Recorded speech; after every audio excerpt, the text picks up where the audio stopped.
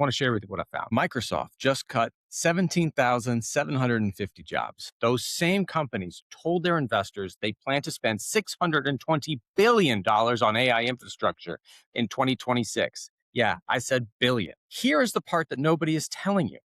The math does not work. The layoff story Wall Street won't tell you. So I've been doing some research and some digging. Everybody's talking about all the massive layoffs from the big tech companies, right? Everybody wants to know what's going on. Are they going to have blowback? And everybody's opinions of, is this great? Is it going to hurt us? What's going to happen? What's going on here? So I decided to take a look at what the numbers of these companies were actually talking about. And you can find all their citations below with links, and you could check this story out for yourself. But here's what I found. I want to share with you what I found. Microsoft just cut 17,750 jobs. Meta cut 14,000. Amazon cut 30,000 since October. And while these layoffs were hitting the headlines, those same companies told their investors they plan to spend $620 billion on AI infrastructure in 2026. Yeah, I said billion. Wall Street loved it. Stocks went up. The headlines wrote themselves. But here is the part that nobody is telling you. The math does not work. And if you run a business doing $3 million to $15 million a year, this story is exactly the playbook you should be reading right now. I'm Alex Hayes, and let me show you what I'm seeing. The layoff story Wall Street won't tell you right now is today we are going to look at 5 companies: Microsoft, Meta, Alphabet, which is Google's parent company, Amazon, and IBM. We're going to look at what they are spending. We're going to look at what they are cutting, and we're going to figure out what it actually means for your business. And this is not about politics. This is not about AI taking over the world. This is about reading the financial moves the smartest companies in the world are making in real time and learning from them. Now, let me start with the spending. Capital expenditures, or CapEx, is the money these companies put into buildings, computers, and data centers. It's the long-term spend, right? The stuff that pays off over years, even decades sometimes. And in 2024, the big tech companies, Microsoft, Meta, Google, Amazon, spent about $219 billion on CapEx combined. In 2025, they spent $360 billion. That is a 64% jump in 1 year. And in 2026, they are guiding to spend $620 billion.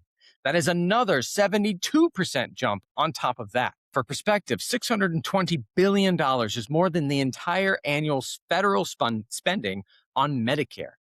It is more than the GDP of Sweden. Now, let me break it down by company. Microsoft told investors it will spend between 110 to 120 billion in 2026, up from 64 billion just last year. Meta is guiding to 115 to 135 billion. They spent 72 billion in 2025. Alphabet, Google's parent, is guiding 175 to 185 billion. They spent 91 billion last year. They are nearly doubling. Amazon is guiding 200 billion, and they spent 132 billion last year. Now, here is the number that most people are missing. Historical norm of 6 to 9%. Meta is now spending 36% of its revenue on infrastructure. Microsoft and Google are spending 23%. Amazon is at 18%. The historical average for these companies was simply 6 to 9%. Right? We are watching the largest, fastest infrastructure build out in modern corporate history, and it is happening across 4 companies at the same time. This week, Microsoft offered voluntary buyouts to 8,750 employees in the United States. They also announced 9,000 more layoffs starting May 20th, coming up soon. That is 17,750 jobs at one company. Meta announced 8,000 layoffs and closed 6,000 unfilled roles. That is 14,000 effective headcounts, right? Headcount cuts. Amazon has cut 30,000 corporate jobs since October, and that is the largest workforce reduction in their history. Google has been doing smaller, regular cuts, probably 5,000, around 5,000 cumulative across 2026 so far. Added up, at just these 4 companies, we are looking at over 66,000 jobs gone in 6 months. And the headlines all say the same thing. AI is replacing workers. Companies are getting more efficient. Wall Street loves it. But here's what is actually happening. I ran the numbers and I want you to follow this with me. The layoffs at the four big tech companies save them about $19.5 billion a year combined. That is real money. But here's the thing about all that AI spending. The $620 billion they plan to spend in 2026 does not just disappear. Companies have to spread that cost over the useful life of the equipment, and that spread is called depreciation. It quietly drains profit every quarter for years based on the useful lives that these companies put on their servers, 5.5 to 6 years. The new depreciation hit will be roughly $165 billion a year by the end of 2027. The layoffs saved $19.5 billion. The cost wave coming is $165 billion. The layoffs cover just 12% of the storm. So if the layoffs are not solving the financial problem, why do them now? The reason is timing. The big tech companies know the cost wave is coming. They want their income statements to look as healthy as possible before it hits. So they are cutting now while revenue is still growing strong to bank the profit upside today. They are fixing the house while the sun is still out. Now, what I want to point out to you is what these companies are not saying, right? Because in business, what people leave out is often more important than what they say. Number one, they are not telling you which customers are driving growth. Alphabet says that they have a $240 billion backlog. They will not say that the bulk of it is probably within a handful of customers, maybe 10 or 12 of the large labs at most. That is concentration risk, right? Number two, they are not talking about per task economics. Are they actually making money on each AI request? Or are they losing money on AI and hiding it inside of the revenue or retail revenue? The third thing they're not saying is they are not addressing what happens if AI demand softens. You cannot unbuy a data center. There's no off ramp. Can't stop that train when it's going. Number four, they are not talking about useful life on the servers. Custom chips are coming out every 12 to 18 months, but these companies are still using 5 and 6 year useful life assumptions. If those numbers come down, profit can drop fast.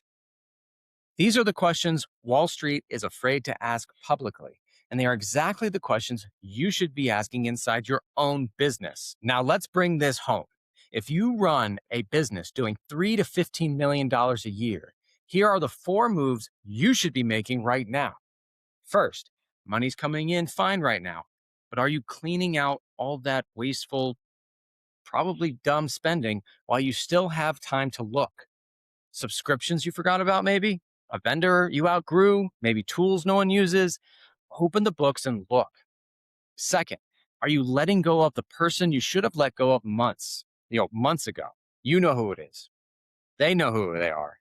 And the longer you wait, the more it costs you and the more it costs them. Third, are you calling your suppliers and asking for better prices while you still look strong? When you are healthy, vendors will work with you. When you are scrambling, you're gambling whether they will or not, but most likely they won't. And fourth, are you protecting how much money you keep on each sale? Raise prices a little, cut costs down a little. Do it now before the next bad month forces a panic decision. Here is the reality. When pressure shows up on your bottom line, the cheap moves are already gone. The vendors will not negotiate the same way. The team will not absorb that change the same way, and the bank will not lend to you the same way. The big tech companies are showing you the move in real time. They are spending record money on infrastructure. They are cutting people. They are telling Wall Street they are disciplined. They are doing it all because they know what is coming next. And most business owners think the time to fix these things is when the pain shows up. But the smart ones fix them before the pain is there, right? Before they're in a little bit of a desperate state, before that desperation shows up on the words that they say in their breath, they are taking control while they're strongest. The biggest companies in the world just told you which group they're in. The question for you is simple. Will you read the playbook or will you wait for the storm to read it for you? I'll see you next time.